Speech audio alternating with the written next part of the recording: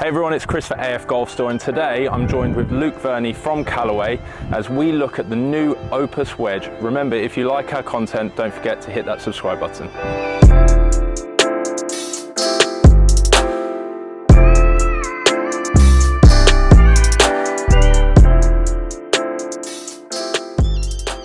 So Luke, straight in after a win for Xander Schauffele yesterday. Yeah. The perfect way to introduce the new Opus Wedge for Callaway for the 2024 season.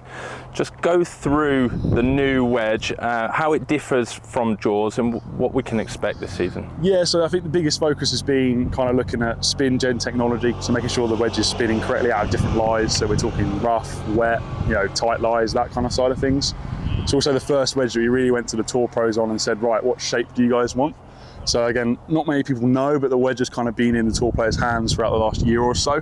If you kind of have your eyes on it, anything stamped S6 that was kind of Jaws was actually the new shape. That was called shape 6, so that's the shape we've gone for. So it's in disguise? Yeah, basically, yeah. So we've got tour shaping in there, so really making sure it looks good to the better player top down, and then using that spin gen technology to increase spin out of different lies has been the main focus on kind of the new Opus Wedge, really. Yeah, excellent. So obviously we saw the introduction this week at the Open at Royal Troon. Yeah. All the guys going into it, or a select? Yeah, we're looking, look, the big side of this was going to be really to get it in tour pros' hands and get them using it on tour. We're already seeing a lot of pros using it. Xander's already won a few events with it. We've had, 2 majors already, and this wedge is fantastic. So for us, we want the players on tour to be using it. That's going to really help us as a brand on that side of things. And then, going back to the Open theme with this. So obviously we're playing links, tight lies, but on Saturday we saw the wind pick up, we saw it rained, so you're playing all these different conditions from your typical American Bermuda grass through to your British links courses with the rain, with the wind. Talk to me about the grind options and how that's going to affect. Brilliant, yeah. So we've got 4 grind options coming in with Opus. So we've got the T grind, so it's kind of tour inspired, lowest bounce, kind of your precise player kind of grind on that side of things. Then got C, which is your most versatile in terms of heel and toe relief, most amount of grind off on that side, again a lower bounce option. Then we have the S grind, so that's for all situations. So that's a really good coverage for most players. And then got W, which is kind of your wide sole, bit higher bounce, so better for maybe you guys are a little bit steeper into it. So again, depending on the player that was playing on tour, how they deliver that wedge into the ball, they're going to be in different grinds around that side of things. But we've got options now to cover every type of player, and T grind is brand new for us. That's not one that we had before. That's been literally tour grind, T grind. We've had that in for players, and they've now wanted to bring that out for the consumer that wants that kind of level of wedge. So that T grind, lower bounce. So for your tighter lies, so we would have seen that in play over the weekend. Yeah, most likely.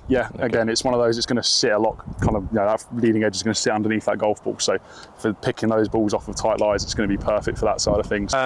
So we've touched on the tour pros. Obviously it's great to see someone like Xander go in and win with it straight off the bat. You said that they've had wins already, but under like the disguise of the S6. What about your day-to-day golfer? So I'm talking 15 handicap, the guy that's going to be watching this video and thinking, well, why should I change from Jaws to Opus? As a club fitter, where's your stance with changing wedges? Yeah, I think for me, as a brand, we're only going to release products if we believe it's better than previous models. With Opus, that focus on spin gen is going to be something that helps every level of golfer. There's not a golfer I know that doesn't want more spin out of the rough, doesn't want more spin in the wet conditions. And the reality is a lot of us are going to be in the rough more than other golfers. So we want to have that spin control coming out of those lies. So that was a big focus for us to make sure we have that. So for me personally, when I look at Jaws, it's a fantastic wedge, but if this is doing better out of the rough, then that's shots I don't want to leave out on the golf course. So it's always going to be worth changing across in that sense. Again, with the grind options being a little bit varied now, there's a few different bounce options in S as well. So that's going to help some players that maybe are slightly steeper that like the S grind. There's now going to be a 12-degree bounce in that wedge, whereas previously we only had 10. So again, if you're steeper into that, you want something that's versatile, then that grind's going to work really well for those players. So I think it's just going to give us more options for the general consumer, but then with the benefit from what the tour pros want, which is that spin control, really. Absolutely. And this isn't the only model of Opus that's coming out. There's also, is it Platinum? Platinum, yeah. So Platinum's a more premium style club.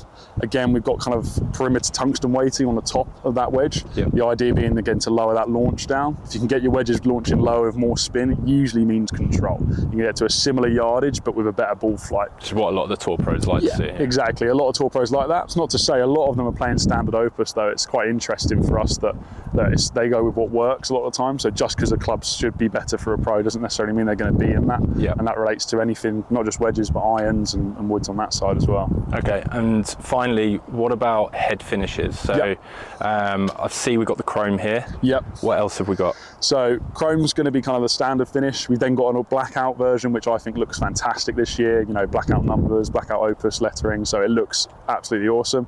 And then when you move across into the Platinum range, there's now going to be kind of a blue PVD finish. Nice.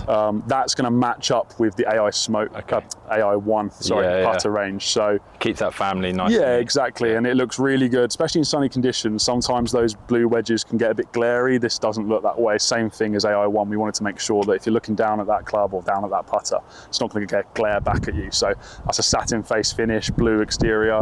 I've seen that in person, looks absolutely awesome. So yeah, that's one that I'll be excited to get in the bag probably. Excellent. Yeah, it sounds good. Okay, well, there we go, guys. There's a great insight from Luke into the new Opus wedge. It's coming to stores this August, so look out for that. Get yourself booked in for a free fitting. Remember, if you like our content, don't forget to hit that subscribe button.